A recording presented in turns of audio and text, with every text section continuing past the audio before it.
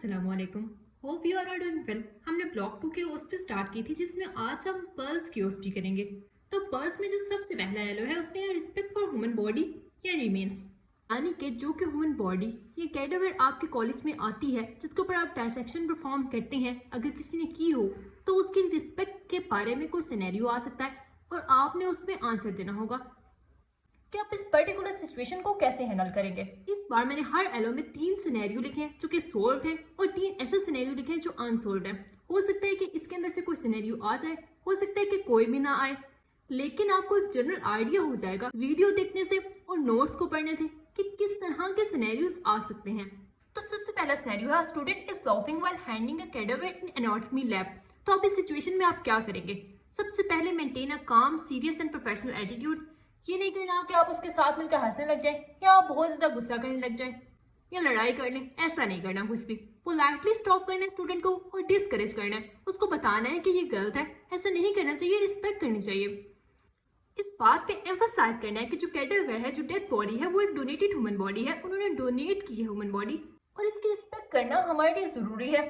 जाहिर सी बात है, आप उसके ऊपर डाइसेक्शन परफॉर्म कर रहे हैं, आप उसके ऑर्गन्स काट रहे हैं, मसल काट काट के देख रहे हैं, आप उसके ऊपर सीख रहे हैं, तो रिस्पेक्ट करना तो बनता है ना। Reminds peer about ethical responsibility. ये तो एथिकल रिस्पॉन्सिबिलिटी भी है, जैसे पेशेंट्स के साथ अच्छा बिहेवियर करते हैं, इस तरह कैडेवर के साथ भी अच्छा बिहेवियर रखना है। प्रोफेशनल मिसकंडक्ट है मेडिसिन के अंदर, स्ट्रिक्टली फॉलो करना है एनाटॉमी लैब रूल्स को, जो भी रूल एंड रेगुलेशन है उनको स्ट्रिक्टली फॉलो करना है। There is respectful and discipline learning environment among the student. और फिर नेक्स्ट ये हो सकता है कि आपने उस स्टूडेंट को मना किया, लेकिन वो फिर भी मना नहीं हो रहा, वो बार बार वही काम कर रहा है, यानी कि हंस रहा है डायसेक्शन करते हुए। तो आपने क्या करना है? इन्फॉर्म करना है डेमोन्स्ट्रेटर को या फैकल्टी को, अगर बिहेवियर कंटिन्यू रहता है, आपने वार्निंग की है तब भी, और इंश्योर करना है कि प्रॉपर एंड केयरफुल हैंडलिंग हो कैडेवर की, और कोई भी ऐसा एक्शन नहीं लेना जो कि अनएथिकल हो या फिर डिसरिस्पेक्टफुल हो। ऐसे लीड करना है ताकि दूसरे स्टूडेंट आपसे सीखें। तो इस तरह का कोई सिनेरियो आएगा तो आपने ऐसे पॉइंट्स में आंसर दे देना है कि आप किस तरह से सिचुएशन को हैंडल करेंगे। फिर नेक्स्ट आ जाता है student post cadaver selfie on social media. आप ऐसे सिचुएशन में क्या करेंगे? सबसे पहले आपने रिकॉग्नाइज करना है कि ये एक सीरियस ब्रीच है। जब तक आप ये मानेंगे नहीं कि वो गलती है, तब तक आप उसको सोल्व कैसे कर सकेंगे? तो सबसे पहले आपने रिकॉग्नाइज करना है कि सीरियस ब्रीच ऑफ एथिक्स है एंड कॉन्फिडेंशियलिटी है। किसी भी पर्सन की, किसी भी पेशेंट की, किसी भी कैडेवर की पिक्चर या वीडियो सोशल मीडिया पर बगैर इजाजत के शेयर नहीं करनी होती। Immediately ask the student to delete the image. आपने फौरन से स्टूडेंट को कहना है कि वो डिलीट करे, उसको एक्सप्लेन करनी है इंपॉर्टेंस डिग्निटी की और प्राइवेसी की even after the death.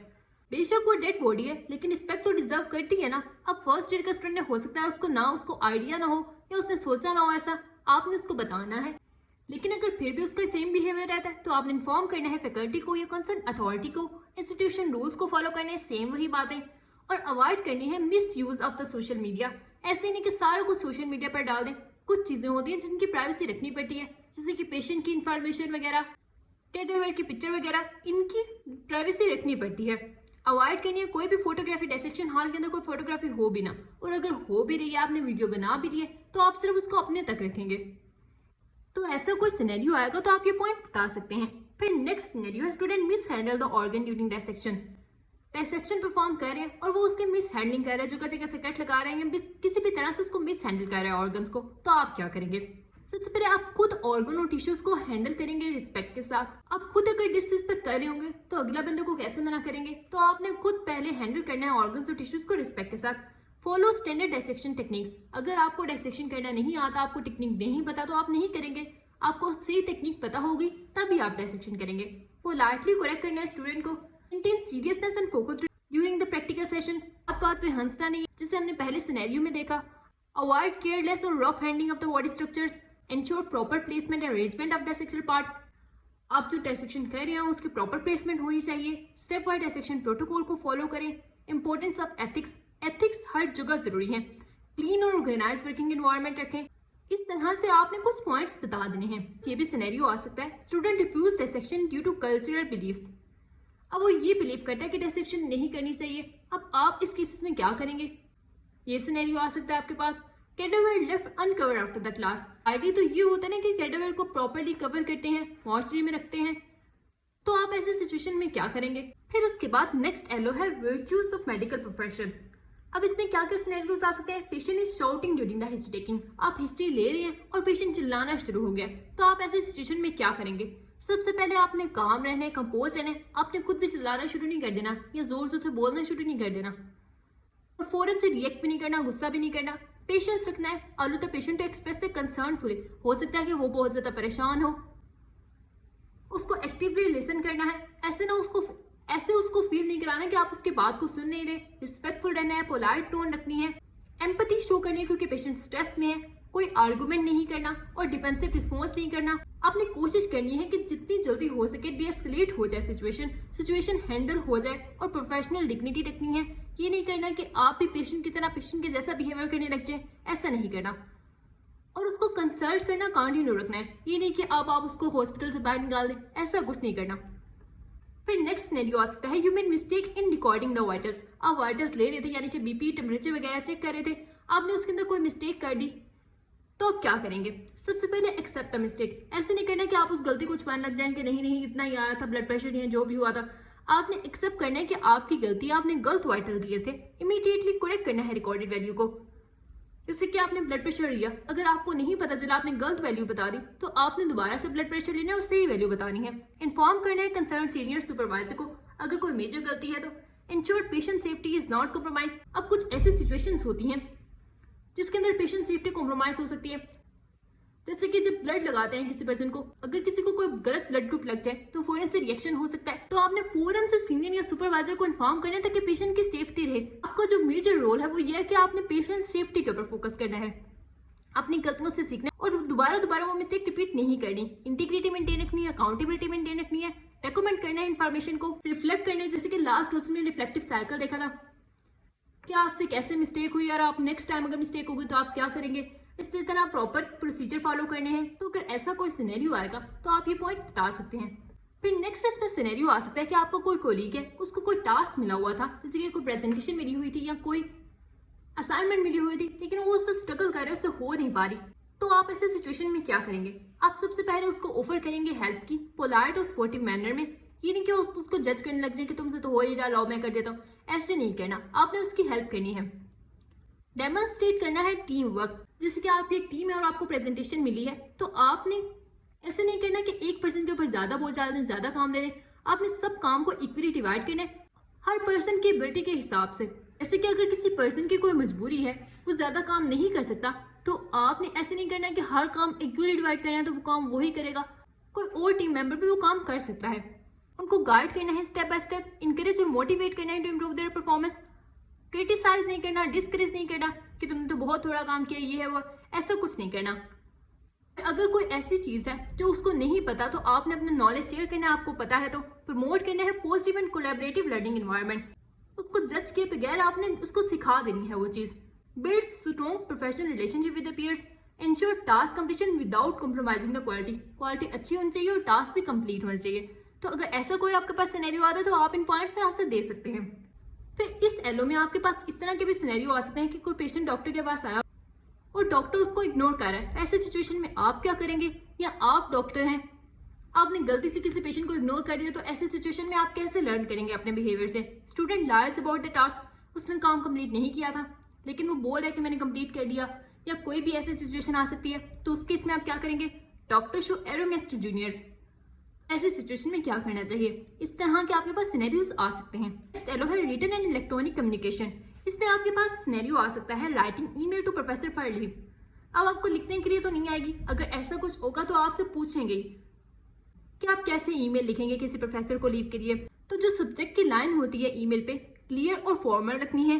Respectfully greeting के साथ, स्टाम्प के साथ आपने स्टार्ट करनी है, हेलो हाय के साथ आपने स्टार्ट करनी है। क्लियरली मेंशन करना है रीजन, ये नहीं कि इधर उधर की बातें करनी, रीजन मेंशन करना है कि किस वजह से छुट्टी चाहिए।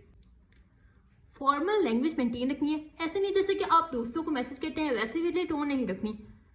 प्रॉपर ग्रामर पंचुएशन होनी चाहिए। आप इंग्लिश में अगर कर रहे हैं तो इंग्लिश में ही करनी है, तो प्रॉपर ग्रामर होनी चाहिए, पंचुएशन होनी चाहिए, छोटी ईमेल होनी चाहिए, रेलिवेंट पॉइंट होनी चाहिए। ऐसे नहीं कि बहुत लंबी लंबी बातें करने लग जाए, ऐसे नहीं करना। पोलाइट टोन रखनी है through out the message. And करना है तो प्रोफेशनल क्लोजिंग स्टेटमेंट से और थैंक्स से एंड करना है। अपना नाम भी बता देना है, ये ना हो कि सारा कुछ लिखते हैं और अपना नाम और रोल नंबर वगैरह क्लास लिखी ही नहीं, तो प्रोफेसर को कैसे पता चलेगा? फिर उसके बाद प्रूफ रीड भी करना है कि कोई मिस्टेक ना रह जाए। इस तरह आप ईमेल लिख सकते हैं, ऐसा सिनेरियो आपके पास आ सकता है। फिर नेक्स्ट आ सकता है कि sending informal WhatsApp message to consultant. किसी कंसल्टेंट को आपने इनफॉर्मल व्हाट्सएप मैसेज कर दिया, तो ऐसे सिचुएशन में क्या करना चाहिए? अवॉइड करना है स्लैंग, एब्रीवेशन और इमोजीज को। ऐसे कम्युनिकेशन के अंदर फॉर्मल रिस्पेक्टफुल, किसी कंसल्टेंट के साथ भी आपने फॉर्मल रिस्पेक्टफुल टोन रखनी है और इमोजीज वगैरह नहीं लगाने मैसेज पे। It the purpose of communication, simple language के अंदर अपने पर्पस बता दें कि मुझे ये काम है, और मैसेज को ठीक तरह से लिखते हैं। ये नहीं कि एक बात आपने शुरू की फिर कोई दूसरी बात शुरू की, ऐसे लिखना है मैसेज को कि उसको जल्दी से समझ आ जाए। रिस्पेक्ट करना है hierarchy and professional boundaries. Keep the message concise, छोटा रखना है, relevant to the topic. Same वही बातें, रिव्यू करना है मैसेज को इन अप्रोप्रिएट टाइम, जैसे कि आप रात 12 बजे मैसेज कर रहे हैं तो ऐसे टाइम के ऊपर मैसेज नहीं करना। और आपने इंश्योर करना है कि जो आप बात कर रहे हैं वो आपके प्रोफेशनलिज्म को शो करे। तो इस तरह से आप किसी कंसल्टेंट को मैसेज कर सकते हैं। नेक्स्ट इसके अंदर आपके पास सिनेरियो आ सकता है कि किसी पेशेंट का डाटा शेयर हो गया ग्रुप चैट में। अब आप ऐसे सिचुएशन में क्या करेंगे? जैसे कि कैडावर वाले एलो में हमने रिकॉग्नाइज किया था कि ये ब्रीच है कि हम सोशल मीडिया पर पेशेंट की पिक्चर लगाएं या कैडावर की पिक्चर लगाएं। इसी तरह पेशेंट का डाटा ग्रुप चैट में भी शेयर नहीं करना, इमीडिएटली स्टॉप करना है। आपने किसी को शेयर नहीं करना, आपने उसके स्क्रीनशॉट ले सकते हैं लेकिन शेयर नहीं कर सकते। अगर आप एडमिन हैं, डिलीट कर सकते हैं, तो आप फौरन से उस चैट को डिलीट कर सकते हैं। जो भी कंटेंट शेयर होगा, जैसे कि पेशेंट की पिक्चर वगैरह कुछ भी शेयर हुआ होगा, तो आपने वो डिलीट कर देना है। इन्फॉर्म करना है रिस्पॉन्सिबल सीनियर को या अथॉरिटी को अबाउट द इंसिडेंट्स। अगर आपसे खुद हुआ है, गलती से हो गया है, तो आपने उसको अपॉलोजाइज करना है, सॉरी बोलना है और दोबारा से वो काम नहीं करना। और इंस्टीट्यूशन पॉलिसीज को फॉलो करना है। जो भी पेशेंट का डाटा होगा उसकी प्रोटेक्शन आपकी जिम्मेदारी होती है। अगर आपके पास कोई पेशेंट का डाटा है तो आपने किसी को बिला वजह वो डाटा नहीं शेयर करना होता। करना है पेशेंट प्राइवेसी और कॉन्फिडेंशियलिटी को, और किसी भी पेशेंट का डाटा डिस्कस नहीं करना अनऑथराइज्ड ग्रुप के अंदर। कुछ लोगों को आदत होती है ना बातें करने की, स्टोरी सुनाने की, तो वो कहीं भी कोई भी पेशेंट की बातें सुनाने लग जाते हैं। तो ऐसा नहीं करना। एजुकेट करना है पीयर्स को कॉन्फिडेंशियलिटी के ऊपर। अगर आपके दोस्तों को नहीं पढ़ना, अगर आपके दोस्तों को नहीं पता, प्रैक्टिस करना है एथिकल। जब आप स्टूडेंट लाइफ के अंदर ये चीज़ें प्रैक्टिस कर लेंगे ना, तो आपको आगे आसानी होती है। और क्या सिनेरियो आ सकता है? Unclear patient notes. क्या आपने पेशेंट की हिस्ट्री ली लेकिन उसके अंदर कोई चीज़ समझ ही नहीं आ रही, तो आप ऐसी सिचुएशन में क्या करेंगे? ये कोई इनकम्प्लीट क्लिनिकल रिपोर्ट है, आप ऐसे सिचुएशन में क्या करेंगे? इनफॉर्मल ऑफिशियल ईमेल्स हैं, तो ऐसे सिचुएशन में क्या करना चाहिए? ऐसे सिनेरियोज आपके पास आ सकते हैं। फिर नेक्स्ट एलो है गिविंग फीडबैक। इसके अंदर आपके पास सिनेरियो आ सकते हैं, आपके किसी दोस्त ने कोई प्रोसीजर परफॉर्म किया या कोई बीपी वगैरह लिया या कोई प्रेजेंटेशन दी और उसके ऊपर आपसे फीडबैक मांग रहा है, तो आप कैसे फीडबैक देंगे? जैसे कि ये सिनेरियो है, friend using wrong BP technique. कोई फ्रेंड बीपी ले रहा था और आपने देखा कि वो गलत बीपी ले रहा है, तो आप उसको कैसे करेक्ट करेंगे? जब आपने फीडबैक स्टार्ट करना होता है तो आपने डायरेक्टली उसको ये नहीं बता देना होता कि तुमने ये गलत काम किया। सबसे पहले उसको ये चीज़ें बतानी होती है जो उसने ठीक की होती हैं। कुछ ठीक भी तो किया होगा ना, एक दो मिस्टेक हो सकती है ना, जैसे कि स्टेथोस्कोप को मीडियल साइड की जगह लेटरल साइड के ऊपर लगा दिया, लेकिन बाकी सारी चीज़ें तो उसने ठीक की होंगी ना। तो जो चीज़ें ठीक की हैं हमने उससे फीडबैक स्टार्ट करना है। सैंडविच टेक्निक यूज़ की है। जब भी आपके पास कोई फीडबैक वाला एलो आएगा ना, उसमें आपने सैंडविच टेक्निक का नाम ज़रूर लेना है। इससे इंप्रेशन अच्छा जाएगा और आपको अच्छे से मार्क्स मिल जाएंगे। तो सैंडविच टेक्निक ये होती है कि आपने स्टार्ट अच्छी बातों से करना होता है, फिर दरमियान में आपने उसको बताना होता है जो उसने गलत किया, और फिर अच्छी बातों से ही एंड करना होता है। तो ये होती है सैंडविच टेक्निक। क्लियरली आइडेंटिफाई करना है मिस्टेक को, लेकिन पोलाइट और स्पेसिफिक मैनर के अंदर। ऐसे नहीं कि आप उसका मजाक उड़ाएं या उसको जज करें, ऐसे नहीं करना। और उसको सिर्फ गलती नहीं बतानी, करेक्ट मेथड भी बताना है, करेक्ट टेक्निक बतानी है। Harsh and discouraging language use नहीं करनी। इंकरेज करना है फ्रेंड को कि वो दोबारा प्रैक्टिस करे और दोबारा सही से बीपी लेना स्टार्ट कर दे। मेंटेन रिस्पेक्ट और प्रोफेशनलिज्म। अब इस तरह के एलोस के अंदर आपके पास कोई भी सिनेरियो आ जाए तो आप आंसर दे सकेंगे ना, पॉइंट्स तो सेम ही रहेंगे। फीडबैक वाला आ सकता है तो ये अच्छे से कर लेना। फिर नेक्स्ट आपके पास सिनेरियो आ सकता है कि आपको कोई जूनियर है जो कि अच्छी प्रेजेंटेशन नहीं दे रहा, आप ऐसे सिचुएशन में क्या करेंगे? ये भी इसके अंदर भी सेम वही चीजें होंगी। स्टार्ट करना है acknowledging the effort put in the presentation. जैसे कि वहां आपने करेक्ट स्टेप से स्टार्ट किया था ना कि ये चीजें ठीक हुई हैं, इस तरह ही आपने कहना है कि प्रेजेंटेशन आपने बहुत अच्छी बनाई है, इतनी एफर्ट्स पुट की हैं आपने, और कंस्ट्रक्टिव फीडबैक देना है जिससे उसको फायदा हो सके। पर्सनल क्रिटिसिज्म को अवॉइड करना है और फोकस करना है परफॉर्मेंस पे। ऐसे ना हो कि आप सीनियर हैं तो आप कुछ भी बोलते जाएं, ऐसे नहीं करना। आपने कोशिश करनी है कि उसकी परफॉर्मेंस ठीक हो और उसको प्रैक्टिकल वेज बताने हैं जिससे वो अपने कंटेंट को इम्प्रूव कर सकता है। Maintain a sportive and encouraging tone. जैसे कि अगर आपको कोई जूनियर है और वो प्रेजेंटेशन देते हुए आई कॉन्टेक्ट मेंटेन नहीं रख रहा तो आपने उसको बताना है कि ये आपकी मिस्टेक है।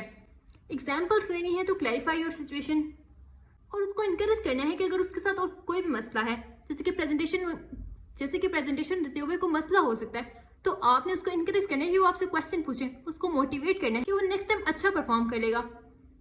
स्ट्रेंथ और वीकनेस दोनों को हाईलाइट करना है। इसके अंदर भी सैंडविच टेक्निक यूज हो सकती है। फिर नेक्स्ट आपके पास सिनेरियो आ सकता है कि किसी पीयर ने, किसी दोस्त ने ओएसपी फीडबैक के बारे में पूछ दिया कि उसने कैसी ओएसपी दी है, तो आप उसको कैसे फीडबैक देंगे? ऑनेस्ट फीडबैक देंगे, ये नहीं कि वो गलत भी करा तो आप कहते हैं कि बहुत अच्छा, ऐसा नहीं करना होता। ऑनेस्ट फीडबैक देना होता है, हाईलाइट करनी होती है strength before discussing areas of improvement.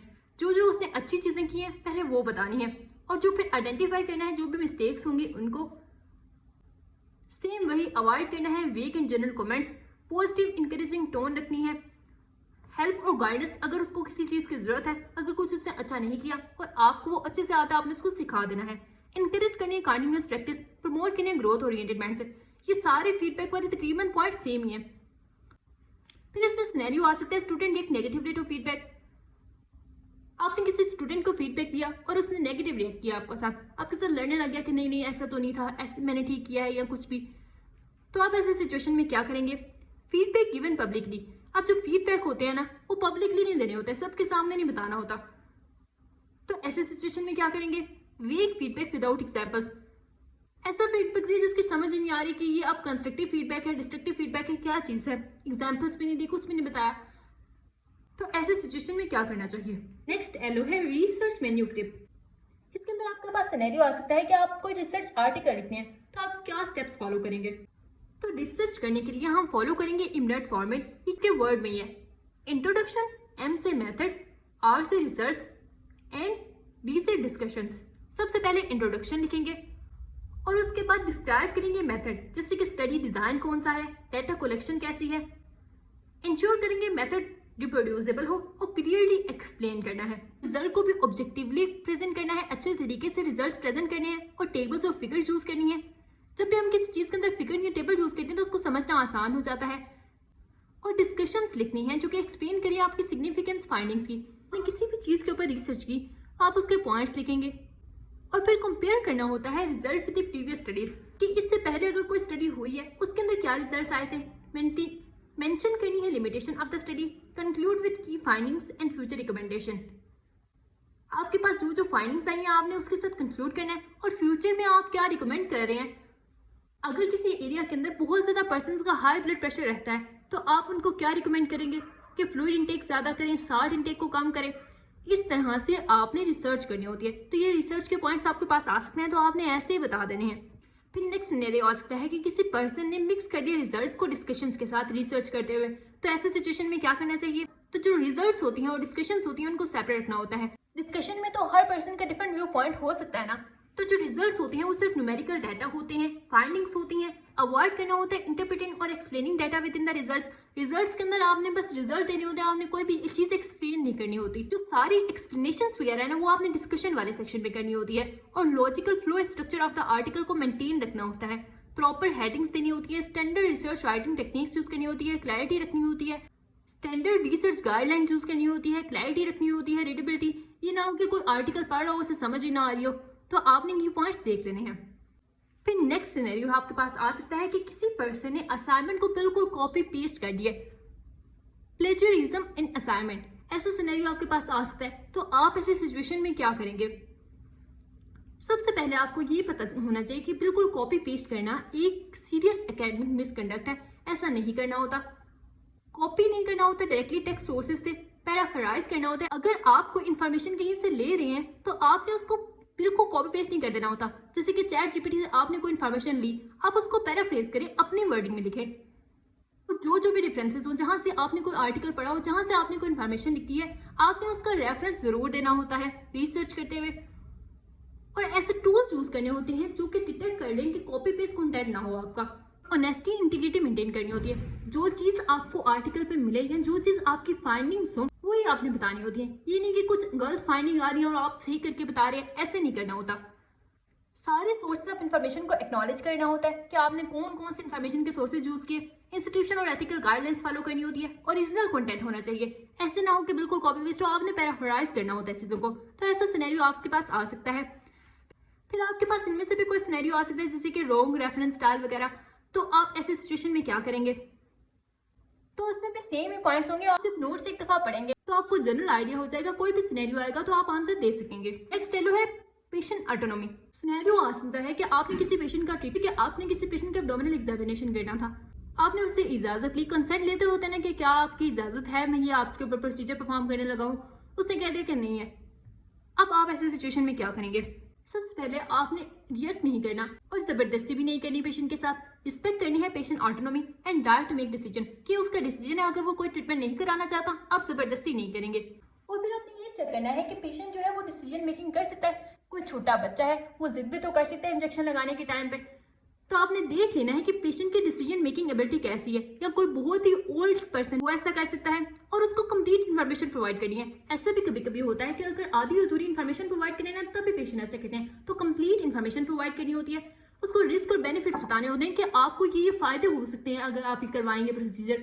Ensure करना है कि पेशेंट फुली अंडरस्टैंड करे कॉन्सिक्वेंसेस को। अगर वो कोई ट्रीटमेंट परफॉर्म नहीं कराता तो उससे उसके क्या कॉन्सिक्वेंसेस हो सकते हैं, आपने बता देना है कि आपको ये नुकसान होगा अगर आप नहीं कराएंगे।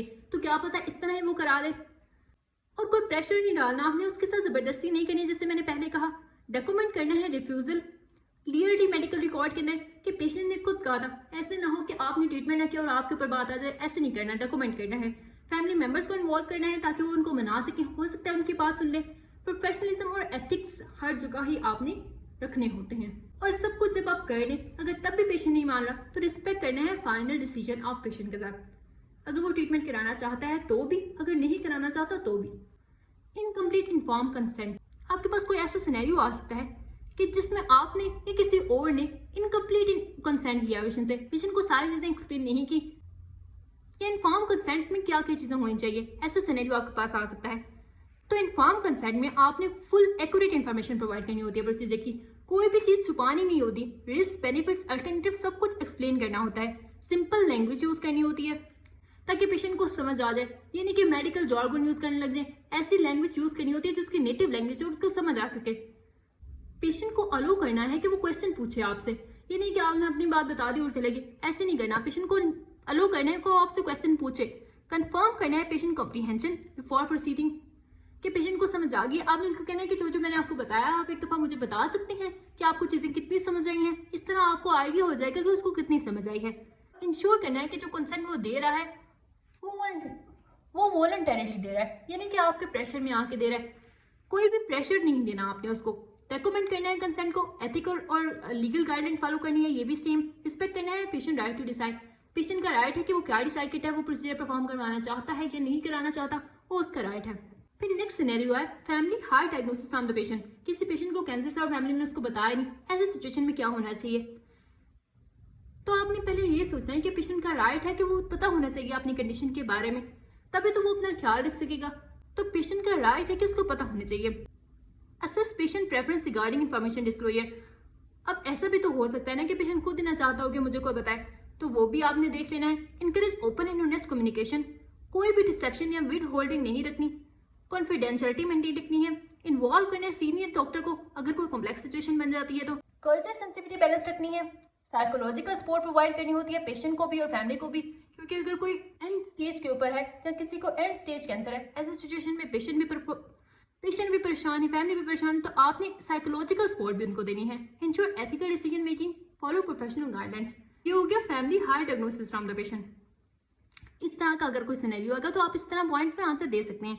फिर इसके अंदर ये भी सिनेरियो आ सकते हैं कि पेशेंट डिमांड अननेसेसरी ट्रीटमेंट, कि डॉक्टर मुझे ये वाला ड्रिप लगा देंगे, मुझे ये वाला ट्रीटमेंट कर दे, तो आप ऐसे सिचुएशन में क्या करेंगे? Unconscious patient decision. कोई पेशेंट अनकॉन्शियस है तो आप फिर क्या करेंगे? फिर आप उससे कंसेंट कैसे लेंगे? तो उसमें फैमिली से कंसेंट लेना होता है। फिर नेक्स्ट है फैमिली ओवरराइड पेशेंट डिसीजन। कोई पेशेंट ट्रीटमेंट नहीं कराना चाहता लेकिन फैमिली उसके ऊपर प्रेशर डाल दिया कि कराए वो, तो ऐसे सिचुएशन में क्या होगा? तो पर्ल्स में यही एलोस हैं, आप एक दफ़ा PDF से रीड करें। हो सकता है कि इसमें से कोई सिनेरियो आ जाए और हो सकता है कोई भी ना आए, लेकिन एलोस में से ही आएगा और आपने इन्हीं पॉइंट्स के अंदर आंसर करने होंगे। सिनेरियो चेंज हो सकता है लेकिन पॉइंट्स चीज़ें तो सेम ही रहती है ना। जैसे कि फीडबैक के अंदर सैंडविच टेक्निक, वो तो हर एक में सेम ही रहेगी। तो आपने रीड किया होगा तो आपको आइडिया हो जाएगा। पीडीएफ का लिंक आपको पिन कमेंट में मिल जाएगा, आप वहाँ से डाउनलोड कर लें और ज़रूर पढ़िएगा इसको एक बार।